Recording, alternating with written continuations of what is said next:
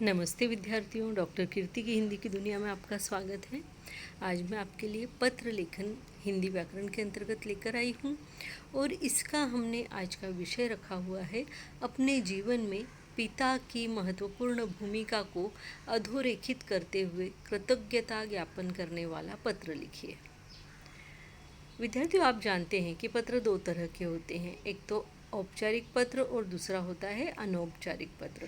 तो औपचारिक पत्र जब हम किसी को लिखते हैं तो जिन्हें हम नहीं जानते हैं, जैसे स्कूल, कॉलेज, ऑफिसेस, सरकारी पत्र वगैरह, वो सब निमंत्रण पत्र वगैरह ये सब किस में आ जाते हैं। निमंत्रण पत्र मीन्स किसी सरकारी कार्य के लिए निमंत्रण देना वगैरह, ये सारे पत्र सरकारी पत्र के अंतर्गत आ जाते हैं। लेकिन जब हम औपचारिक पत्र की बात करते हैं तो ये हम अपनों को लिखते हैं, है ना।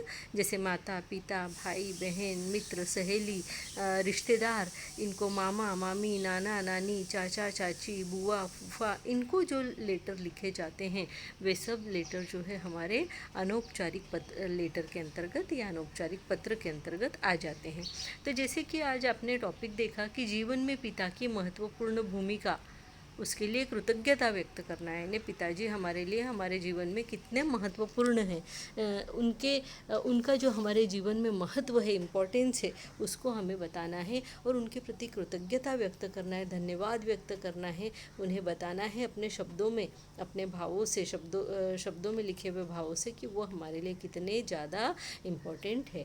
तो आइए हम इस पत्र को शुरू कर देते हैं। इससे पहले आपसे रिक्वेस्ट करूँगी कि मेरे इस चैनल को लाइक कीजिए, सब्सक्राइब कीजिए और हो सके तो अपने फ्रेंड्स के साथ में शेयर भी ज़रूर से कीजिए, क्योंकि मिल बांट कर पढ़ने से ज्ञान बढ़ता है, कभी भी कम नहीं होता। इस बात को हमेशा ध्यान में रखिए, आजमा कर देखिए, आपको पता पड़ेगा कि मिल बांट कर पढ़ने से ज्ञान बढ़ता है। आइए पत्र को शुरू कर देते हैं।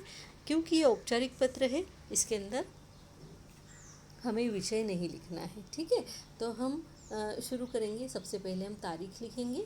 इसमें तारीख में हमने लिखा है 12 सितंबर 2021।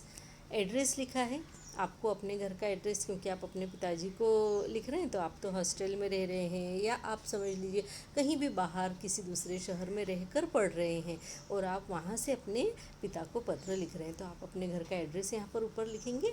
जैसे यहाँ लिखा है 57 किरण कॉलोनी, पुणे, महाराष्ट्र, और सीधे हम एक लाइन छोड़ के आदरणीय पिताजी लिखेंगे और उसी के नीचे जस्ट दूसरी लाइन में चरण स्पर्श लिखेंगे और सीधे पत्र को लिखना शुरू करेंगे। यहाँ हमें कोई भी लाइन नहीं छोड़ना है और लिखेंगे, मैं यहाँ मुंबई में सकुशल हूँ।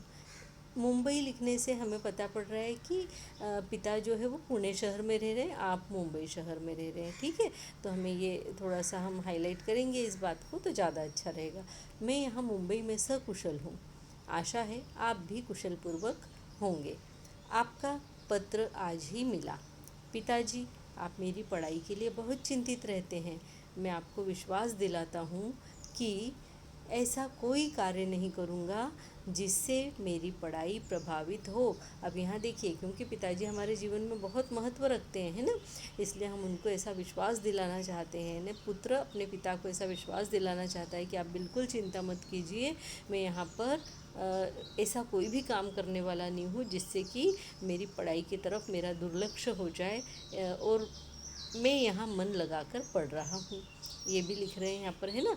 मेरे यूनिट टेस्ट अगले सप्ताह से शुरू होंगे। मेरी लगभग सभी विषयों की पढ़ाई पूरी हो गई है, अब रिवीजन कर रहा हूँ।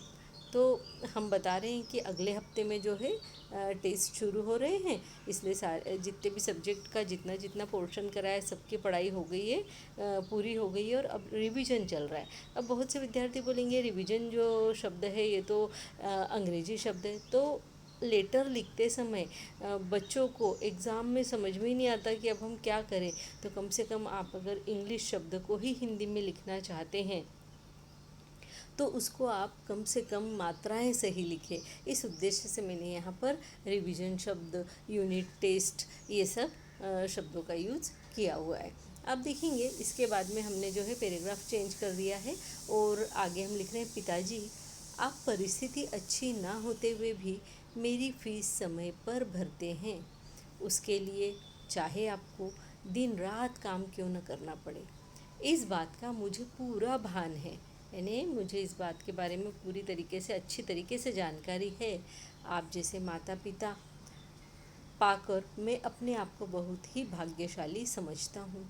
मैं आपसे वादा करता हूँ कि पढ़ लिख कर आपके सपने ज़रूर पूरे करूँगा। अब हर एक माता पिता के सपने होते हैं, चाहे वे गरीब हो चाहे वो जैसे हों, वे चाहते हैं कि हमारे बच्चे जो है हमसे आगे निकले, हमसे ज़्यादा अच्छा कार्य अपने जीवन में करके दिखाए, और इसलिए वे कोई भी कष्ट उठाने को तैयार रहते हैं, बशर्ते कि उनका बच्चा जो है वो जीवन में आगे बढ़ सके। तो यहाँ पे जो लड़का है, पुत्र है, वो अपने पिता को पूरी तरीके से आश्वस्त कर रहा है कि मुझे पता है कि आप किस परिस्थिति में मेरी फ़ीस भर रहे हैं, और इसीलिए मैं आपसे वादा करता हूँ कि पढ़ लिख कर आपके सपने जो है उनको मैं ज़रूर पूरा करूँगा। मैंने अपने जीवन का एक ही लक्ष्य बना लिया है ना।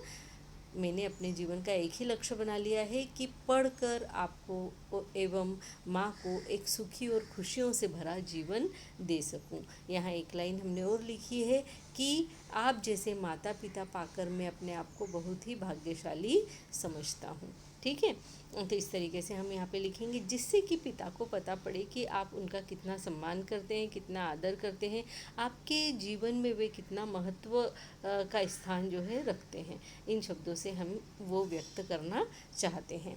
आगे हम लिखेंगे, मुझे आशा ही नहीं पूर्ण विश्वास है कि आप सबके आशीर्वाद से मैं जीवन में ज़रूर सफल बनूंगा। माँ को मेरा चरण स्पर्श एवं छुटकी को स्नेह, यानी ये जो पुत्र है इनका इसकी एक छोटी बहन भी है, और उसको घर में सब लोग छुटकी के नाम से पुकारते होंगे।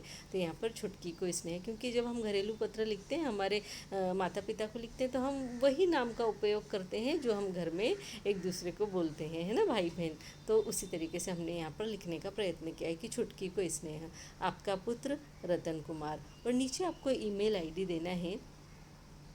और अगर आपको जैसे विषय लिखा हुआ है, अगर उसमें आपको पुणे का कोई हॉस्टल का एड्रेस दिया है या कोई और एड्रेस दिया है, तो आपको वो एड्रेस फिर यहाँ पर रतन कुमार इसके नीचे लिख देना है, और साथ में ईमेल आईडी देना है, ताकि आपके पिता जो है आपको उस एड्रेस पर जो है पत्र लिख सके, उस ईमेल आईडी पर आपको ईमेल कर सके। तो इस तरीके से आपको ये लिखना है। अगर आपको आपका खुद का एड्रेस जो है पत्र के मतलब जो फॉर्मेट आपको दिया उसके अंदर दिया हुआ है, पत्र का जो विषय दिया हुआ है उसके अंदर अगर आपको दिया हुआ है, तो ही आप यहाँ पर सबसे अंत में एड्रेस लिखेंगे, अन्यथा नहीं लिखेंगे। आप सिर्फ अपना खुद का एड्रेस यहाँ पर ऊपर लिखेंगे जहाँ आपके पिताजी रहते हैं। तो विद्यार्थियों, इस तरीके से ये हमारा जो पत्र है ये पूरा हो जाता है। आपको कैसा लगा मुझे कमेंट बॉक्स में लिखकर ज़रूर से बताइएगा, क्योंकि जब आप कमेंट्स लिखते हैं तो मुझे अगला वीडियो बनाने के लिए और ज़्यादा एनर्जी मिल जाती है, और अच्छा लगता है कि आप इसको पढ़ते हैं और मुझे बताते हैं कि आपको कैसा लगा।